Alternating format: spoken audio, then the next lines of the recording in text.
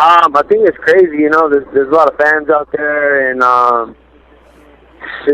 mean, people do some weird things to stir up some drama and bullshit, I guess, and that's just what we call life, I mean, would it make any sense for you to say stuff like that when you're still trying to get into the UFC? Whether I'm trying to get into the UFC or not, I just speak my mind, and I think on the show, that's what people have known me to do, is to speak my mind and say how I'm feeling. But, I'm the type of guy that, like, if I'm gonna ride with you, I'm gonna ride with you all the way out. I'm not gonna ride with you just when it's convenient for me. So, as you've seen in the past, like when people were talking shit about Tito, his training regimen and how he was training us on the fight, for the show, like, I was the one to stick up for him, you know what I'm saying? I was like, fuck that, Tito's doing a good job, and, if it's too hard for you, then just get out, you know what I'm saying?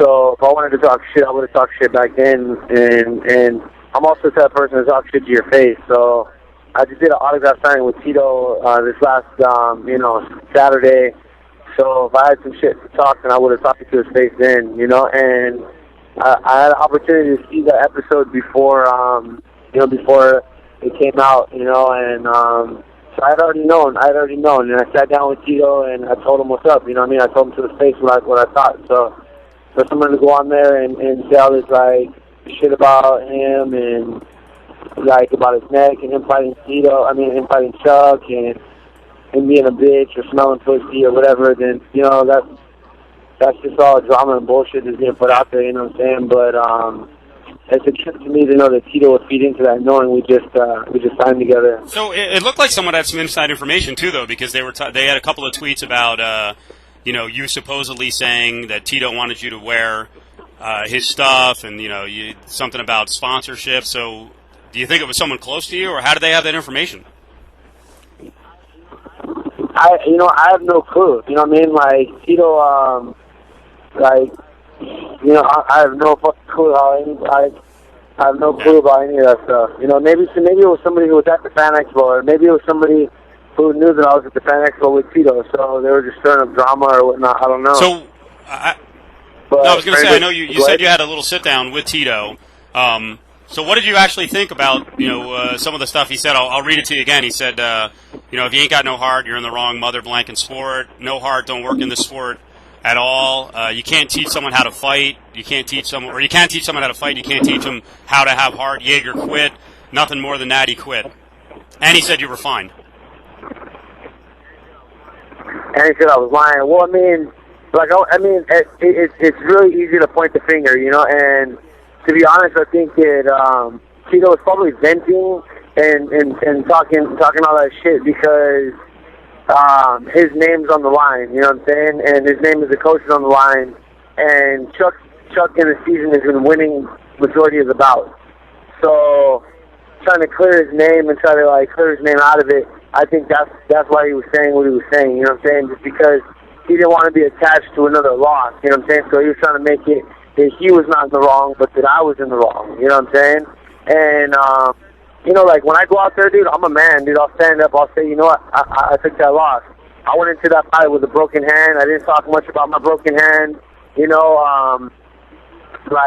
can see how the show goes. Like, this show's been a season where everyone's getting banged up. Everyone's getting injured. Everyone's hurting themselves in this show. And that's what the sport's about, But when Josh Bryant, he caught me in that crucifix at the end of the second round, he wasn't devastating elbows that were cutting me up or anything like that. I dropped a couple elbows on my neck, and I felt some numbness and tingling in the back of my head and in my neck. So, I'm not going to be able to protect myself to the full ability. Then I'm going to live to fight another day. But that's a situation that I learned from, and I'm moving forward in my career. Where most of the guys who went on the show, they've got extensive records, like 10-0. Josh is 10-0. I fought him.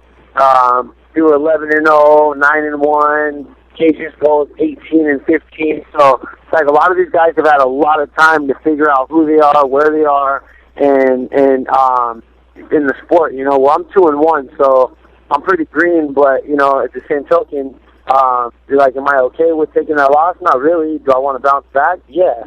And I know a true man's, test is it's not how many times he gets knocked down, but it's how many times he gets back up. So, I'm definitely getting back up, and I'm getting back in there. So at that moment, when you're in trouble, you're not feeling well, how do you balance when you're thinking to yourself, all right, do I look ahead because I want to fight another day versus pissing off Dana and the coaches and having them go, oh, he's a quitter, we don't want him in the UFC? Because, that is a turning point in your career at that point. So, that's a tough decision. Right. I don't think that, like most fights that I've been in or, even in the first round, I wasn't thinking. I was just reacting and I was fighting.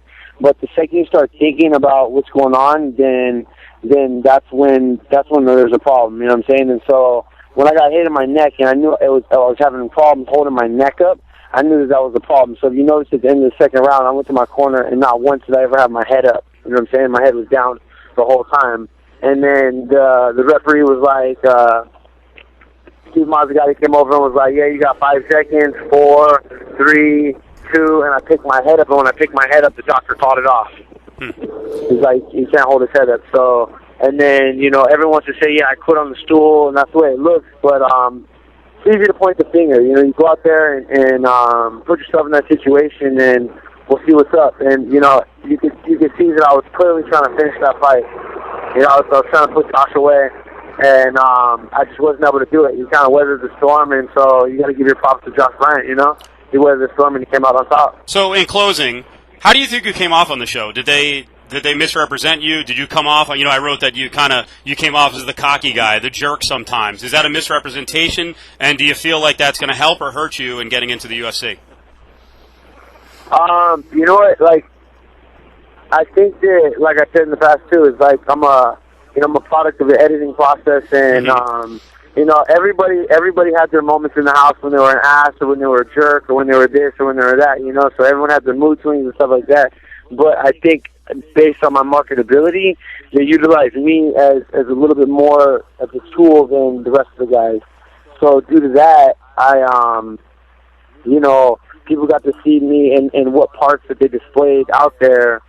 And, if it was marketable, or if it drew in drama, it's going to draw in a viewer response. You know what I'm saying? So how they portray that, is what I'm left with. But they don't, they rarely showed me kicking it with the guys, having dinner, sitting down, laughing, joking with everybody. They didn't show those types of things because that's probably not what's going to draw the viewers in or the viewer response. You know what I'm saying? So. I understand that, but not everybody else understands that. They see the show and they think yo, this is Jamie Yager and this is all he has to offer and this is who he is as a person. This guy blowing these horns and just, talking shit and telling people to fuck off and, that type of stuff. But, I'm just somebody who, if someone says something to me that I don't like or agree with, I'm going to let them know. And just like when I found out those things that Tito said, I let him know. I said, hey, that shit's not cool and this, that, and the other. And Tito came back at me and just said, you know what? He's like, I just didn't think at that time and point that you were believing in yourself. And I wanted to make sure that you learn from this. And he said, I'm sure this will never, ever happen to you again. And so, we kind of squashed it at that. So, without saying if you're on the Top 11 finale card, what's your gut feeling? Do you have a chance to make it back to the UFC relatively soon? I think so, due to the fact that either people are going to want to see me turn it around, or people are going to want to see me get my ass kicked. And at the end of the day, I think like you can see on the show, as long as people want to see you, then they're going to give you an opportunity. You know what I'm saying? All right, H. I don't think I have opportunity after opportunity after opportunity, but I definitely think I'll have another shot.